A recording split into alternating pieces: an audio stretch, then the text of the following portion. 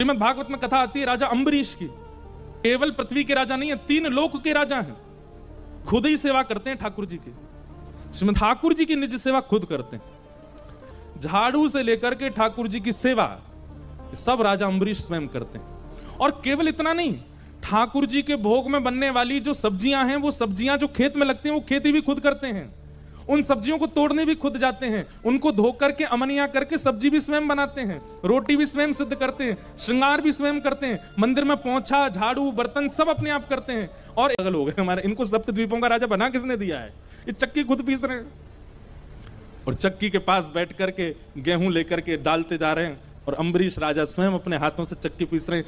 इस दृश्य को देख करके ठाकुर जी रोक नहीं पाए स्वयं को, और अम्बरीश राजा के मंदिर में बैठे ठाकुर जी सचल प्रकट हो गए और दौड़ करके जाकर के अम्बरीश को हृदय से लगा। अम्बरीश राजा बोला, भगवान आपकी बहुत बड़ी कृपा, आप आए, लेकिन मेरी आपसे प्रार्थना है दोबारा जाके वहीं बैठ जाओ, क्योंकि अभी मेरी सेवा का समय है। मुझे चक्की पीस करके आटा निकाल के गूंद के रोटी बना के भोग लगाना है, भोग में विलंब हो जाएगा, बाद में मिलिएगा मुझसे, आगे पहले जाओ। मतलब ठाकुर जी प्रकट हो गए, उससे प्रसन्न हैं, लेकिन अपनी सेवा नहीं छोड़ रहे हैं। ऐसे सेवा अम्बरीश राजा की। एक दिन अम्बरीश राजा चक्की पीस रहे थे, जेठ का महीना, भयंकर गर्मी, तो अम्बरीश को पसीने आ गए। अब अपने पसीने नहीं पहुंच रहे हैं, क्यों?